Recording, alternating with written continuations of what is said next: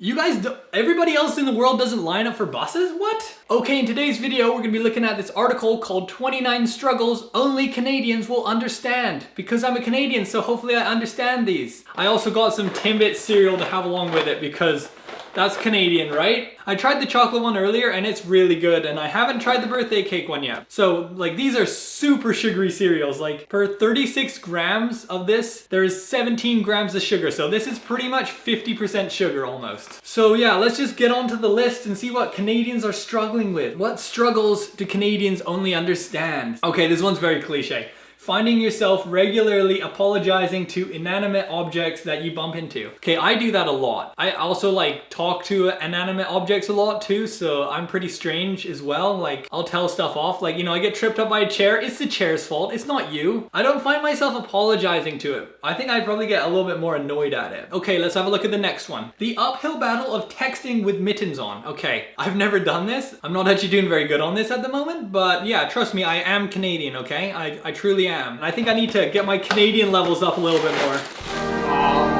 Okay, now my Canadian levels are back up to 100%. I have never texted with mittens, but I do have a story involving Canadian mittens, so I'll tell you that instead. During the 2010 Vancouver Winter Olympics, it was very exciting, and I was in grade 6, and they had just released the Vancouver 2010 Winter Olympic mittens. They have a very long name, but they were amazing. They're like these, I'll show you a picture of them right now. They're these red mittens that had the Olympic rings on them and said Vancouver 2010, and I was dying to get a pair of these. I just really wanted some really badly. We lived in a small town and none of the stores carried those kind of mittens. I would have had to go into like the city and take a ferry, and it wouldn't have been very nice. But then this opportunity arose where our whole class got to go down to the ferry terminal where the torch was being exchanged. There's all these kind of little games you could do, and some of the prizes were Olympic merchandise, like some of the Olympic stuffies and the Vancouver 2010 Winter Olympic mittens. Oh my gosh, so exciting. So yeah, so what I got to do is like, one of them was like you spin the wheel and whatever it lands on you win. So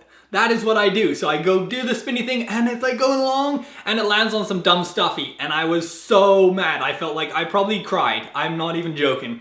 I was very sad. But then my grandma, because she saw how like sad I was about it, went over and like talked to them and asked if I could actually have a pair of the Vancouver 2010 Winter Olympic mittens. And they were like, yeah, sure, here you go. So then I did get some and it was like, oh my gosh, I have the mittens. But yeah, so that's my mittens story. If you have a mitten story, comment that down below. I want to hear it. So what's the next one? Faithfully buying roll up the rim cups every day for 2 months only to find the winner of the grand prize dug the cup out of a trash can. Yeah, I can relate to that. I have definitely participated in roll up the rim. Obviously you never win anything good. You win like another coffee or something like that. We're gonna open up the birthday cake one now. Let's see how these guys. Oh my gosh, look at them. Look at the little sprinkles on those little guys.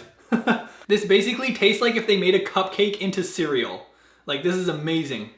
So the next one is the tragic day in your life when you realize the house hippo doesn't actually exist. I actually made a video on old Canadian ads. If you want to watch it, check it out here. It aired in 1995, a few years before I was born, so I was a little bit late for the house hippo, but I did see the ad and I did kind of get confused by it. It definitely confused me. So yeah, I just thought it was like trying to convince you that house hippos were real. And I was like, no, they're not. Why are they trying to do this? I was like really confused. So yeah, I guess I got confused by the ad, so it technically worked. Having one of your major cities being known internationally as a city governed by a crack smoking weirdo. Most people aren't like this. So yeah, if you're wondering about Canadians, most of us don't smoke crack. But anyways, now his brother's in charge too, and there's quite a lot of resemblance. They look very similar. The guy was Rob Ford, but now Doug Ford is like the premier of Ontario. So yeah. Okay, let's have a look at the next one. Quebec trying to break up with us every 5 minutes. Every Canadian know this. Every Canadian know this. It sounds like I'm from Quebec too.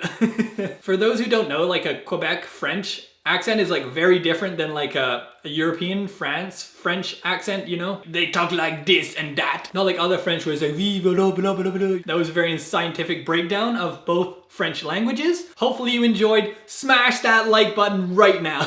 Quebec is always trying to like, they want to become their own nation because they're French and everywhere else is English, and they kind of feel a little bit, you know, left out. And also they've had like quite a lot of referendums, and like they haven't managed to get like enough people to say yes, let's leave. So they haven't left, but they always are like, we'll leave this time. This time we promise we'll leave. We swear this time. Before we go on to the next video, make sure you're subscribed, because like 87% of you guys aren't subscribed, so what the heck are you doing? You're ruining...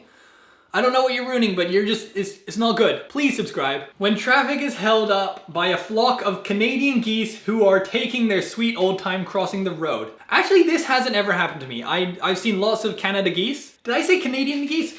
Oh my gosh, that's wrong. It's not Canadian geese. A lot of people think it's Canadian geese. They're Canada goose. They're not like Canadian. They're Canada. Like that's a species of them. So there you go. You're wrong, article. Sorry. They're everywhere in Canada. Basically, you walk down to Tim's. There's one getting a coffee. You're riding your moose. There'll be another one riding a moose as well. Like they are everywhere. What's the next one? Not being able to find a decent poutine or maple syrup when you go abroad. I can't disagree with this one because I haven't been abroad very much. I've been to England, but that's about it. I'm like not relating to most of these, which is kind of bad. I swear I'm Canadian. I swear 100%.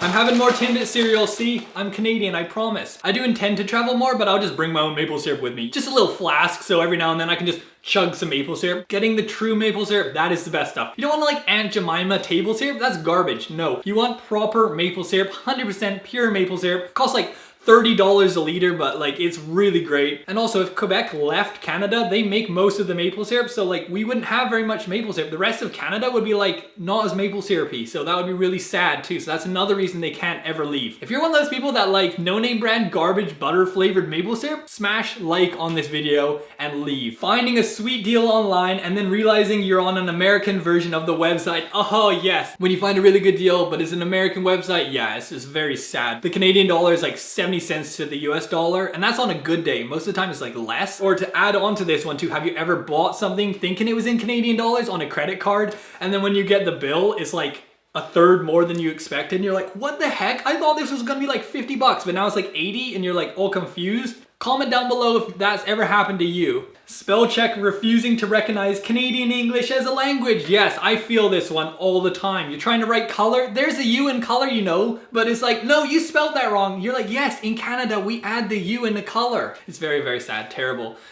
So sad, I need to eat some more of these. Being too lazy to fully defrost your windshield and trying to navigate your way to work through a tiny clearing in the driver's side of the windshield. That can't be just a Canadian thing though. I feel like other people from other cold countries have done this as well. That day in March when you get irrationally optimistic that spring is in fact on its way, only to wake up to a huge pile of snow the next morning. I'd say that one is definitely more for people who live in the eastern part of Canada. I live in the western part of Canada and we really don't get that bad of a winter. We get a pretty mild winter. We maybe only have like 2 days of snow. Most of the time in like Ontario and all those other places, they get like snow for months. Over here, like we are like excited when we get snow. We're like, oh, snow day, woohoo! But people in like the other parts of Canada are like, no, not more snow. I want it to be spring already. So yeah, in BC, it'd be really strange if we got snow in March actually. Paying significantly more money for domestic flights than international ones. Yes. It cost me $375 to fly from YVR up to Haida Gwaii, which is in northern BC. Some people fly to England for like 500 bucks. Patriotically rooting for the Toronto Maple Leafs and then always having to drown your sorrows in a 6-pack of Canadian by the end of the night. This is also for Eastern Canadian boys. We have the Vancouver Canucks up here.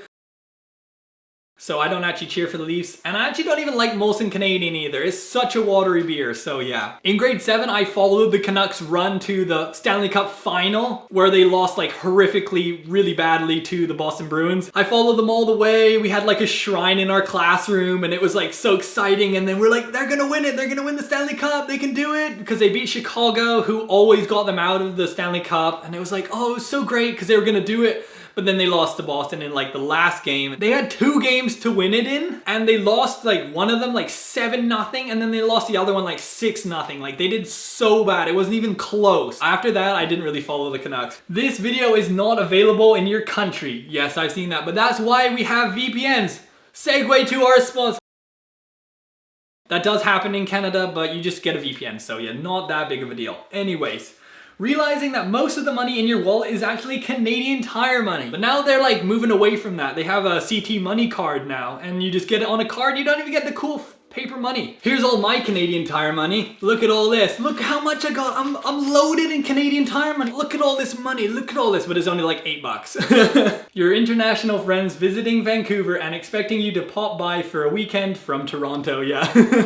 Yeah, Toronto and Vancouver are very far away actually. Like it's a long flight. It's probably like a solid 5 hours or longer. But yeah, it's like, but you're only in Toronto. Come on, you're still in Canada. But Canada's a big boy country. It's a big boy country. People asking you if you went to Degrassi Junior High. No, I'm the West Coast. I'm a West Coast Canadian. Having to customize every Halloween costume to fit over a snowsuit. Like that also, West Coast Canadian never had to do that. So if you live in the West Coast of Canada, surprisingly, it's actually quite nice. Don't live in the Toronto, Ontario area. Those are bad. Those are bad places in Canada. I'm joking, they're not. If you live there, I'm not insulting where you live. It was a joke. Canada is awesome, right? Oh, Canada! What was Canadian Netflix. I know Canadian Netflix isn't as good as US Netflix, but can you still use a VPN? Because that's my answer, VPN. Do the VPN thing.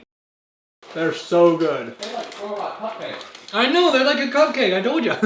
How did they do that? Chemicals, I guess. Trying to type a question mark on your French keyboard and having it come out as a E with a marky thingy boy. I don't even know what that character is. That's never happened to me. I don't live in Quebec and I don't speak French very well. Bonjour, je m'appelle Sam. People misunderstanding how to use a in a sentence. It's more of an Eastern Canadian thing as well. Western Canadians are more like mountain bikers and like getting high, you know, that kind of stuff. In Eastern Canada, that's where they have the funny accents. I was once renovating a kitchen for a Newfie and like he would talk to me and I'd like have to like process what he said to me for like a minute and then be like, oh yeah, that's what you're saying. It's like so confusing. If you want to be truly Canadian, you gotta say it like us. It's not Canadian, it's Canadian, you know? Canadian. If you can say it like that, you'll fool everybody and they'll think you're Canadian. Going to a French-speaking country and being appalled that they don't understand Quebecois. Joke's on you French Quebecers. That is what you get for being French. Not when I was going there. I'm sorry, Quebec. I'm sorry. I was a joke. Désolé, désolé, je suis en retard. Yeah, like I was saying before, Quebec French and like France French are very different. So yeah, if you're a Quebecer going over to France and like you start speaking your French, like the French people are gonna be like, what are you doing? Are you trying to imitate us? And they'll be like, probably like get really offended like they normally do. Sorry to France, I'm sorry France. Désolé, désolé. Don't take any of this personally. I'm just stereotyping. Okay, next one, let's go. Never being sure if you're supposed to sing French or English version of O Canada. What? No, okay, on the West Coast, it's always the English one, so I've never had that happen to me. It's O Canada. Perfect, you know, there you go. Being the brunt of all jokes from your American friends, but still knowing that there's no place on earth you'd rather be. There's no place I'd rather be. Do. I know, especially watching like South Park, it's like, hey Terrence, hey Philip, you know, and they got like the mouth going on, like crazy stuff like that. We don't sound like that, you know? South Park, what the heck are you doing? You know, you're ruining our image. No, South Park is awesome. I love South Park. Americans thinking they're super awesome, but you know, how many cases of COVID-19 do you guys have? Like over 1 million now? There we go. We're better. That's based off of nothing, okay? Don't take that personally, Americans, okay? Don't get hurt. Don't come and invade Canada because we did this. I'm sorry. Trump 2020. No, I'm joking. No. Okay, so the next article is called 10 Things Canadians Do. So let's just see what we do. I don't know what we do. Having Thanksgiving in October. Yeah, Canadians have Thanksgiving in October. We don't have it in like November like Americans do. So yeah, take that. This is the best time to have it. October has been scientifically proven to be the best month to have Thanksgiving in. Pro, it fills a nice gap in the calendar about halfway between summer and Christmas. See, there is method to it. There we go. You guys, everybody else in the world doesn't line up for buses? What? The first people arrive at the stop. Therefore, those who wait the longest get the first seats and have the first choice of seat. What? You don't? Who doesn't do this? Like what? Like the last person in the line can just snake ahead of you and like get the best seat? What? In many countries and cities, people just wait in one blob of humanity where anyone around can touch you or rob you, but in Canada there is an unspoken and unwritten rule. You line up instead.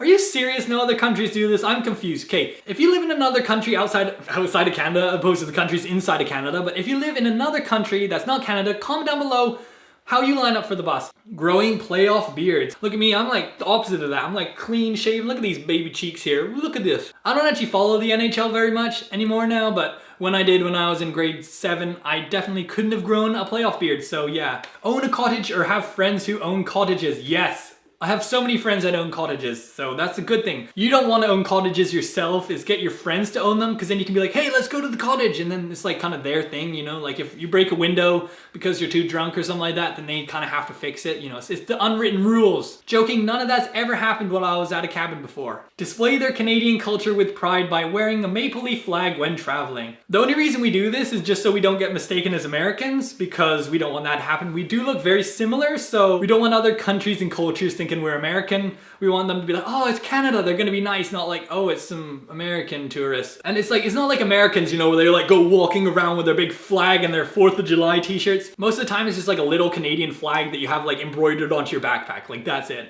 But yeah, anything just to make sure that you don't get mistaken as American, because that is very bad. Don't want to have that happening. Okay, so we're gonna end the video there. Thank you so much for watching this video. Hopefully you enjoyed. If you're Canadian and you're watching this, comment down below what you agreed with. And also if you're not from Canada, you got a lot of other stuff to comment about. You know, like the bus, you know, comment whether you line up in a bus or if you just like go in this one big like group of people and squish each other and pickpocket everybody.